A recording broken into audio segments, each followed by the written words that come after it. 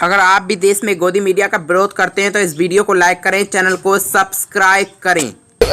ऐसी कठिन बात नहीं है जिसको समझने में दिक्कत होती है। सरकार बेशक सारे हथकंडे अपना रही है, सरकार इस आंदोलन को कमजोर करने की लगातार कोशिश भी कर रही है और अब एक और कोशिश, एक षड्यंत्र जो है वो भी रचा जा रहा है। हो सकता है उसका इस्तेमाल हो, लेकिन इस बार वो सफल नहीं होगा कि कोरोना के फिर से उसकी जो है संख्या लगातार आप देख रहे हैं 2-3 दिन से लगातार ये शुरू हुई है कि कोरोना के इतने मरीज आ गए, इतने मर गए, इतने इन्फेक्शन आ गए, इतने मर गए। महाराष्ट्र में भी, और महाराष्ट्र में भी उन जगह पर जहां किसान आंदोलन है वहां को टारगेट करके जो है लगातार लॉकडाउन वगैरह, और यहां भी ये कोशिश हो सकती है। और अब एक और कोशिश, एक षड्यंत्र जो है वो भी रचा जा रहा है। हो सकता है उसका इस्तेमाल हो, लेकिन इस बार वो सफल नहीं होगा कि कोरोना के फिर से उसकी जो है संख्या लगातार आप देख रहे हैं 2-3 दिन से लगातार ये शुरू हुई है कि कोरोना के इतने मरीज आ गए, इतने मर गए, इतने इन्फेक्शन आ गए, इतने मर गए। महाराष्ट्र में भी, और महाराष्ट्र में भी उन जगह पर जहां किसान आंदोलन है वहां को टारगेट करके जो है लगातार लॉकडाउन वगैरह, और यहां भी ये कोशिश हो सकती है, लेकिन इस बार ये सफल नहीं होगी कोशिश। ये आंदोलन जो इसका लक्ष्य है उस लक्ष्य को पूरे किए बिना किसी भी हालत में बंद नहीं होगा। लेकिन वकील साहब, आपको नहीं लगता आप किसानों को भी अपनी रणनीति में थोड़ा बदलाव लाना चाहिए? नहीं तो कर रहे हैं हम रणनीति में बदलाव, आपने देखा नहीं, आपने कवर नहीं किया। देखिए हम जाके जगह जगह जाके जो किसान पंचायत हो रही हैं, और बरनाला की जो किसान पंचायत आपने देखी, मैं समझता हूँ 1.5 लाख के लगभग लोग हैं, उसमें 80,000 महिलाएं हैं। तो ये हमारी रणनीति का बदलाव है। हमारी ये रणनीति का बदलाव है कि गर्मी से कैसे बचा जाए, हम उसकी पूरी व्यवस्था कर रहे हैं, क्योंकि गर्मी आगे पड़ने वाली है। ये हमारी रणनीति है कि गर्मी अब आ रही है, फसल भी पकने वाली है, फसल भी काटी जाए, वो भी घरों में लाई जाए, और साथ साथ आंदोलन भी मजबूत हो, और इसके साथ साथ किसान पंचायत भी चलती रहे। ये हमारी रणनीति का हिस्सा है। कहा उसका तो काउंटर पॉइंट कर देना कि भीड़ से कानून वापस नहीं। ना वो तो डरा हुआ व्यक्ति कह रहे हैं जो भीड़ से क्या होगा, वो कहना दिखाने के लिए कि नहीं हम पे भीड़ से फर्क नहीं पड़ता। अगर भीड़ से फर्क नहीं पड़ता तो पश्चिमी उत्तर प्रदेश में अपने मंत्रियों को क्यों भेज रहे? जो आपके राज्य के मंत्री हैं वो जा रहे हैं उत्तर प्रदेश वाले, और आपके केंद्र के मंत्री जा रहे हैं। अब सारे नेताओं को आप लेके जा रहे हैं, क्यों जा रहे हैं आप? और क्यों आप जब जा रहे हैं तो क्यों लगातार जो गांव के लोग हैं उन्होंने गांव के बाहर ही लिख दिया है कि बीजेपी के नेताओं का इस गांव में आना सख्त मना है। आपको ये समझाने जा रहे हैं ना, वो कह रहे हैं। नहीं, हमें समझाने की जरूरत नहीं है, समझने की उन्हें जरूरत है।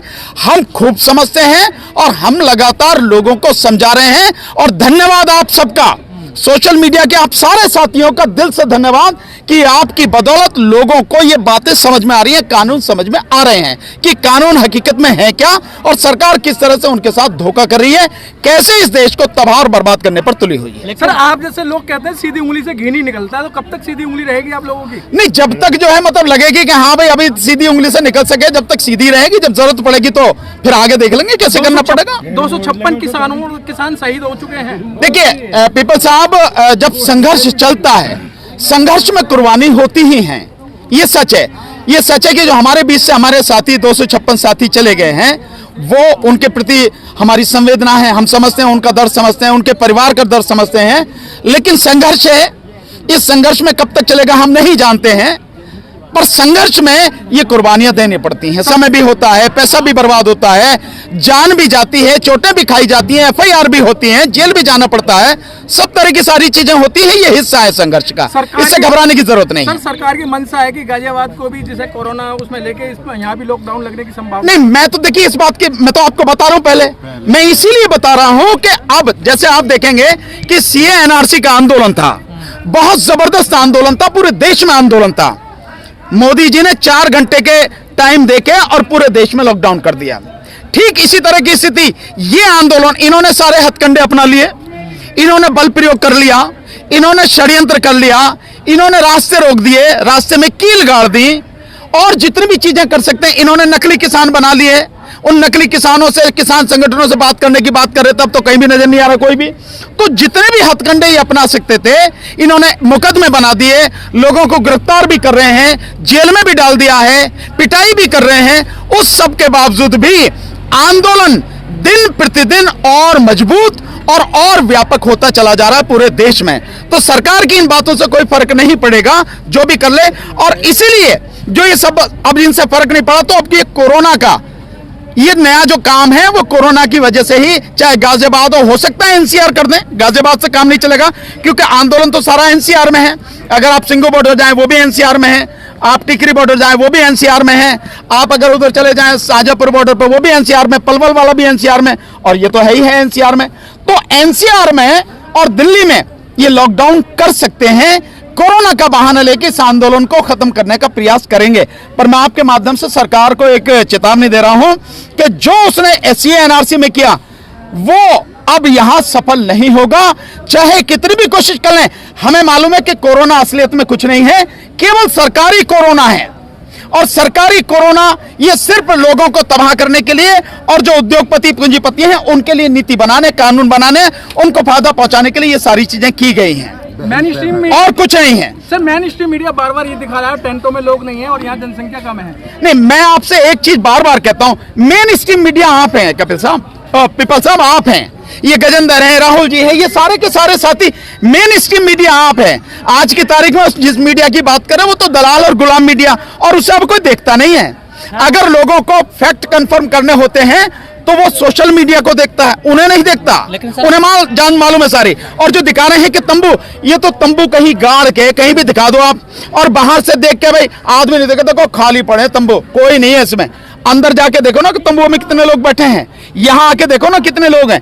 ये सिर्फ एक उनकी टैक्टिस है जिसमें वो पूरी तरह से फेल हैं, और किसी भी हालत में उनकी ये टैक्टिस सफल नहीं हो सकती। लेकिन वकील साहब, जिस प्रकार से अब सरकार से बातचीत बंद है किसानों की, आपको नहीं लगता कि किसानों में हताशा बढ़ेगी? नहीं, बिल्कुल भी नहीं किसानों में हताशा। एक को भी बता दो, एक किसान में इस बात से कोई हताशा हो, आप सारे के सारे मीडिया के साथी हैं, मैं आपसे रिक्वेस्ट कर रहा हूं, ढूंढ के लेकर आओ, पकड़ के लेकर आओ कि देखो इसमें हताशा है।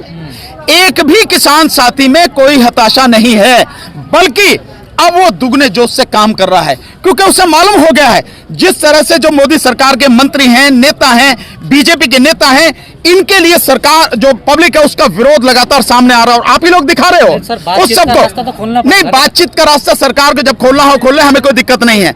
और वैसे हकीकत में इसमें बातचीत करने की कोई जरूरत भी नहीं है।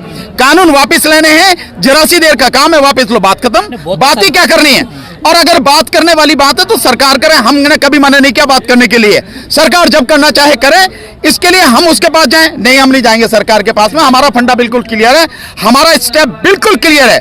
इस पे अगर बात होती है हम बात करने को तैयार हैं, या बुलाएगी तो हम चले जाएंगे। सरकार भी तो अपने जगह क्लियर है, उन्होंने बोला कोई दिक्कत नहीं, कोई दिक्कत नहीं, कानून वापस नहीं, बिल्कुल नहीं ले कानून वापस, तो हम अपने आंदोलन को मजबूत बनाएंगे, कोई दिक्कत नहीं, हमें क्या दिक्कत है। तो ऐसे में जब दोनों एक तरफ अड़े होंगे तो कैसे बीच का हल निकलेगा? बिल्कुल निकलेगा, जिसकी ताकत बढ़ती चली जाएगी, जो व्यापक होता चला जाएगा, जो मजबूत होता चला जाएगा, निश्चित रूप से उसके सामने कमजोर को झुकना ही पड़ेगा। और इस समय सरकार जो है कमजोर है, और आने वाले समय में सरकार और भी कमजोर होगी, इसलिए सरकार को ही अंततः झुकना पड़ेगा, कानून वापस लेने पड़ेंगे। सर, ट्विटर पर 3 दिन से ट्रेंडिंग कर रहा है बाकायदा कि मोदी जी रोजगार दो, युवा क्या आप जाग चुका है? नहीं, युवा तो मैं समझता हूं जब उन्होंने वो मनाया था 17 सितंबर को राष्ट्रीय रोजगार दिवस, तब भी जाग रहा था। लेकिन एक चीज मुझे समझ में नहीं आई कि ये ट्विटर पे क्यों जागता है युवा, ये युवा सड़क पे क्यों नहीं जागता, ये सड़क पे क्यों नहीं भागता, ये मेरी शिकायत है। अगर युवा साथी मेरे से नाराज हो कोई दिक्कत नहीं है, पर मेरी शिकायत है, एक बड़े भाई होने के नाते मैं उनसे कहना चाहता हूं, जब तक आप सड़क पर नहीं आओगे, जब तक अपने आंदोलन को जन आंदोलन नहीं बनाओगे, क्योंकि इस देश में युवाओं की बेरोजगारी की समस्या वाकई में बड़ी भयानक समस्या है, उसके लिए उन्हीं को आना पड़ेगा। तो वो ट्विटर छोड़ के, फेसबुक छोड़ के, व्हाट्सएप छोड़ के, यूट्यूब छोड़ के सड़क पे आना चाहिए, सबको इकट्ठा होके, तब ये सरकार जो है उनकी बात मानेगी, तब ये सरकार झुकेगी। यूपी सरकार ने बजट पास किया है, उसमें कल उन्होंने बड़ा बयान दिया है कि हमने यहाँ पे यूपी वालों की आय दोगुना कर दी है। बिल्कुल। कैसे दोगुना करी है ये नहीं बताया उन्होंने, कहने में क्या होता। मैं ये कहता हूं कि किसानों की आय 5 गुना हो गई, इससे फर्क क्या पड़ता है? आप बताएंगे कि आंकड़े कैसे होते हैं। मैं आपको एक तरीका बताता हूं, उससे आप समझ लेना। आपने अच्छी बात छेड़ दी तो एक आंकड़ा आपको दे देता हूं, एक ही दूंगा मैं, बढ़िया। इस मोदी सरकार के समय में मोदी सरकार पहले ही दिन से कहती आ रही कि हम किसानों की आय दुगनी करेंगे। पहले 5 साल की बात करी, फिर उन्होंने 2022 का टारगेट कर दिया, 2021 चल रहा है। इस 2021 तक किसानों की आय इस मोदी शासनकाल में 35% कम हो गई।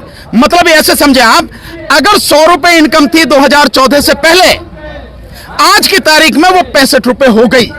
35 रुपए कहां गए पता नहीं, ये कम हो गई उसकी इनकम। तो अब दुगनी कैसे करेंगे? दूसरा एक और आंकड़ा बताता हूं आपको। ये सरकार जो है किसानों की आय दुगनी करने के लिए एक फार्मूला अपना रही है कि साल में 6,000 रुपए किसानों के खाते में जा रहे हैं, जो प्रधानमंत्री किसान सम्मान निधि है उसके माध्यम से।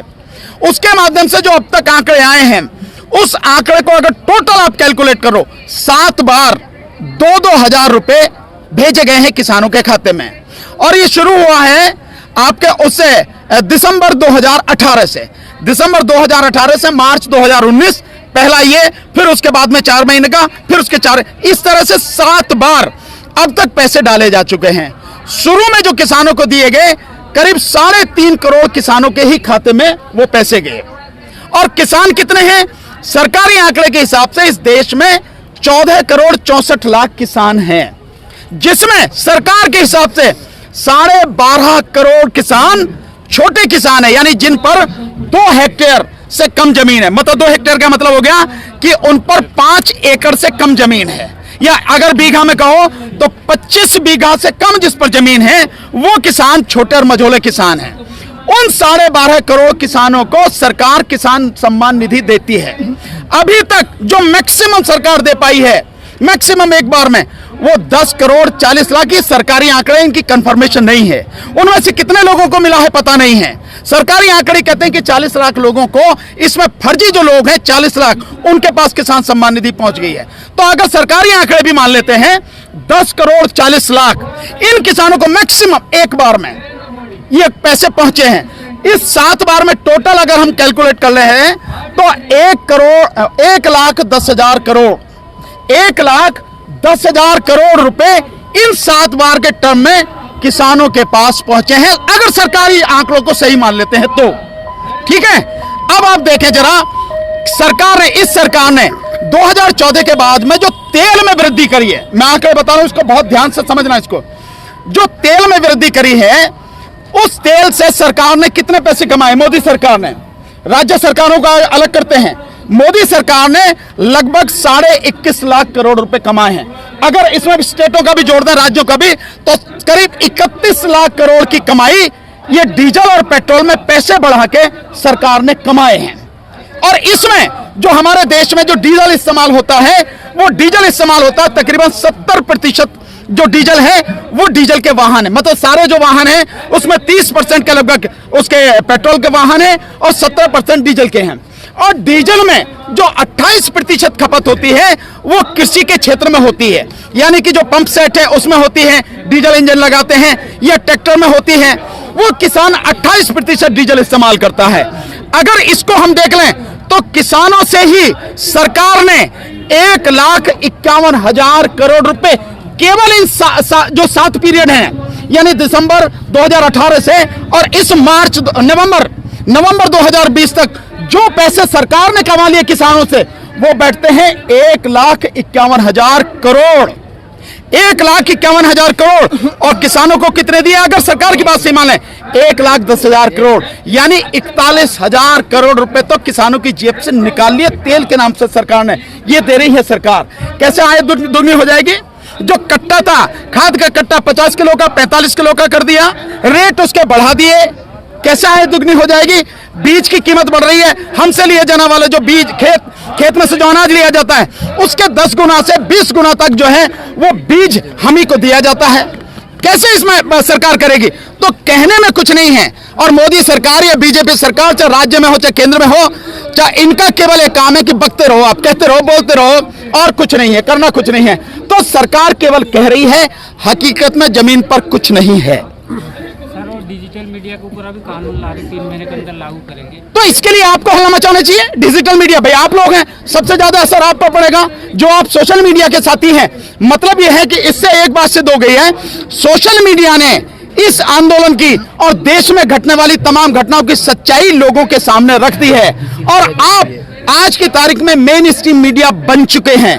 और जो आप लोगों की दिक्कतें सरकार के सामने और पूरी दुनिया के सामने रखे हैं, उससे सरकार बेचैन है। क्योंकि सरकार का एक मंत्र है, किसी हालत में किसी तरह की सूचना ना दो, सब चीजों को छुपा के रखो, आंकड़े छुपा के रखो और सारी चीजें उन्हें छुपा के रखो, कुछ पता ही नहीं लगने दो। अगर पता नहीं लगेगा तो आदमी रिएक्ट कैसे करेगा? पर आपने सरकार को नंगा कर दिया, आपने सोशल मीडिया के माध्यम से सारी सच्चाई लोगों के सामने रख दी, इसलिए आपका गला दबाने की कोशिश है।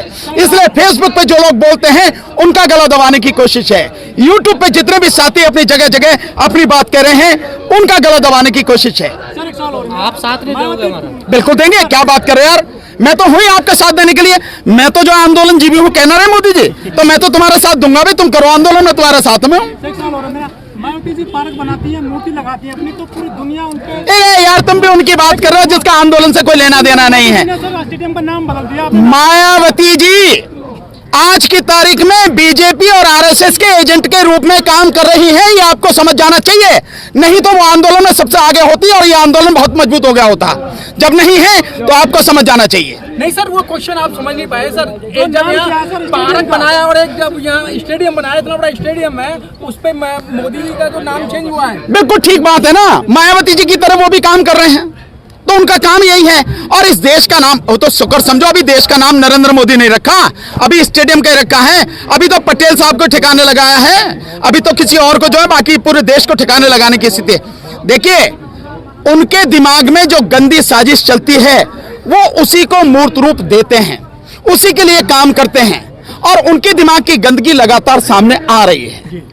एक देश के राष्ट्र मतलब इतने बड़े राष्ट्रवादी एक नेता का नाम खत्म करके, जो राष्ट्रीय आंदोलन के एक बड़े मजबूत नेता रहे उनका नाम खत्म करके और नरेंद्र मोदी के नाम पर लगाया जा रहा, तो नरेंद्र मोदी जी को भी शर्म आनी चाहिए कि जिस समय मायावती जी लगा रही तो कह रहे जिंदा अपनी मूर्ति लगा ली, तो भैया जिंदा तुमने स्टेडियम बना लिया, मूर्ति भी तुम्हारी लगी जाएगी उसमें, तो तुम में और उनमें फर्क क्या है? मंदिर तो बनाना मेरे से मोदी जी का नाम। हाँ भाई मुझे पता नहीं मंदिर बना, मैंने नहीं देखा।